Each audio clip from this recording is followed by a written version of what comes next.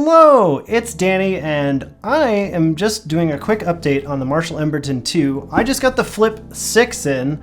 I've had the Flip 5 for forever. In fact, I've also had the old Marshall Emberton. So just for comparison here, these are the old ones. I really like both of these, but I figured it was time for an upgrade and to see what's new about these guys. So they both have really good specs. They both have Bluetooth 5.1. They both have a pairing mode now, so they can pair with speakers. They're both completely IP67, completely water and dust proof, but this is kind of where they start to differ. The Marshall Emberton II, this bad boy has 30 hours of battery life, so that's huge. That's like one of the most I've ever seen out of any of these speakers. The Flip 6 continues to have about 12 hours of battery, so it's not that impressive in that regard.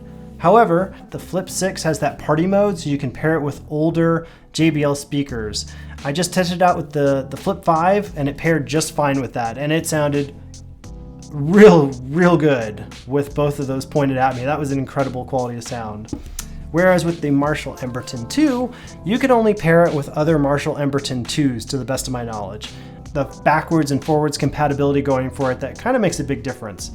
But what you're probably here for and probably wondering about, which one actually sounds better? Both of these also have a pretty good EQ app where you can change things. The JBL is a little bit more customizable because you have a bass, mid, and a treble that you can adjust, whereas the Marshall Emberton II only has 3 modes: a voice mode, a push mode, which pushes the bass and the treble higher, and then just Marshall mode, which is normal sound.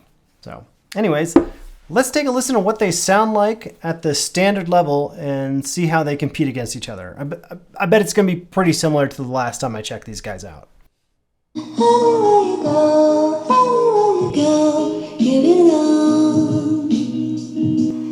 Anywhere you say, anywhere.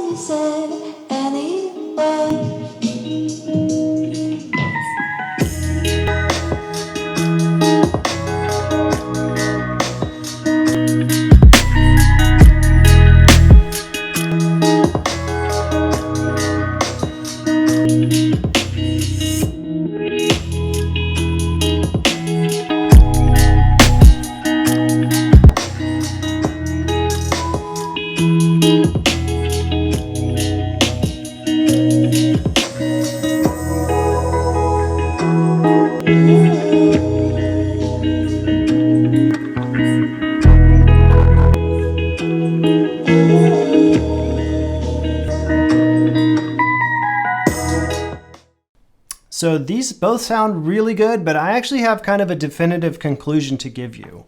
One of the things that really stood out to me on the non-EQ'd mode for both of them is the accuracy of the bass in one of them versus the other. So, yep, the JBL actually sounds like it has a smoother, silkier, more controlled bass end than the Marshall Emberton. That sounds like it struggles a little bit more with the bass, and I don't know if it's the way the stereophonic sound is set up inside of it, but it seems like it's imitating, I guess, more of like trying to simulate a bass through a weird sound algorithm maybe. It still sounds good, but it's not quite as silky smooth as the JBL.